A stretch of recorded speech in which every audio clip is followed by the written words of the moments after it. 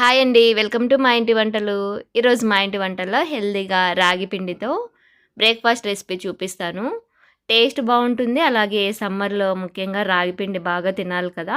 తప్పకుండా ట్రై చేయండి. మీకు కూడా నచ్చుతుంది.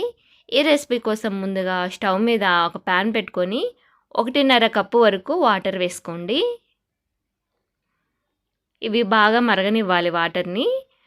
రుచికి సరిపడా సాల్ట్ కూడా వేసేసుకొని బాగా రోలింగ్ బాయిల్ అయ్యే వరకు మరిగించుకోవాలండి. ఇవి మరిగాక స్టవ్ ఆఫ్ చేసేసుకోండి. స్టవ్ ఆఫ్ చేసేసుకున్నాక ఒక కప్పు వరకు రాగి పిండి, ఒక పావు కప్పు వరకు బియ్యం పిండి వేసుకొని ఈ వేడి వాటర్లో ఈ పిండి బాగా కలిసేటట్టుగా కలిపేసుకోండి. స్టవ్ ఆఫ్ చేసుకున్నాక మాత్రమే పిండి వేసుకోవాలి, లేదంటే ఉండలు కట్టేస్తుంది. ఇలా బాగా వాటర్లో కలిసేటట్టుగా కలిపేసుకొని కొంచెం చల్లారనివ్వండి. మనం చేత్తో కలుపుకుంటాం కాబట్టి కొద్దిగా చేత్తో తాకగలిగినంత వేడొచ్చే వరకు పక్కన పెట్టేసుకోండి. ఇది చల్లారాక చేత్తో ఇలా బాగా కలుపుకోవాలి. పిండిని ఇలా బాగా ప్రెస్ చేసుకుంటూ సాఫ్ట్‌గా అయ్యే వరకు చపాతీ పిండిలాగా కలుపుకోవాలి.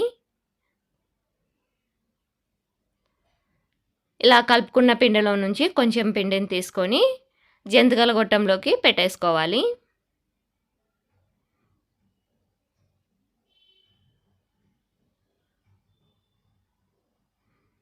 మనకి ఈజీగా ప్రెస్ చేసుకోవచ్చండి. అస్సలు గట్టిగా ఉండదు. నేనైతే మీడియం హోల్స్ ఉన్నది తీసుకున్నాను. మీరు ఇంకా సన్నగా ఉంటాయి కదా ప్లేటు, ఆ ప్లేట్ అయినా పెట్టేసుకొని తీసుకోవచ్చు. ఇలా మొత్తం ఫిల్ చేసేసుకొని సెట్ చేసుకోవాలి. చాలా ఈజీగా ప్రిపేర్ చేసుకోవచ్చండి. తక్కువ టైంలోనే పెద్దగా ప్రాసెస్ కూడా ఏమీ ఉండదు. ఇలా ఇడ్లీ పాత్రకి కొంచెం ఆయిల్ అప్లై చేసి, ఆయిల్ అప్లై చేయకపోయినా వాటర్‌తో తడిపేసుకొని ఇలా ఒత్తేసుకోవచ్చండి. నీట్‌గానే వచ్చేస్తుంది. నేనైతే ఇక్కడ ఆయిల్ అప్లై చేశాను. ఆయిల్ అప్లై చేస్తే మనకి ఎక్కడ కూడా కొద్ది కూడా అంటుకోకుండా వచ్చేస్తుంది. ఇలా మొత్తము ఒత్తేసుకోవాలి నేను వీడియోలో చూపిస్తున్న విధంగా. ఇడ్లీ కంటే ఈజీగా ప్రిపేర్ చేసుకోవచ్చండి. మనకి పిండి నానబెట్టే పని, రుబ్బే పని ఏమీ ఉండదు.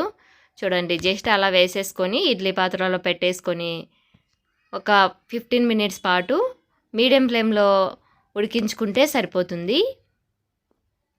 ఇవి పూర్తిగా చల్లారాక చూపిస్తున్నాను చూడండి. చాలా ఈజీగా వచ్చేస్తుంది.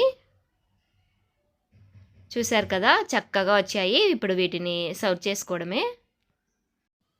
ఒక 4 తిన్నామనుకోండి, మనకి ఇంకా మధ్యాహ్నం వరకు ఏం ఆకలేయదండి. రాగిపిండి హెవీగా ఉంటుంది కాబట్టి కడుపు కూడా మనకి నిండుగా ఉంటుంది. సమ్మర్లో రాగిపిండి రెసిపీస్ తినడానికి ట్రై చేస్తూ ఉండండి.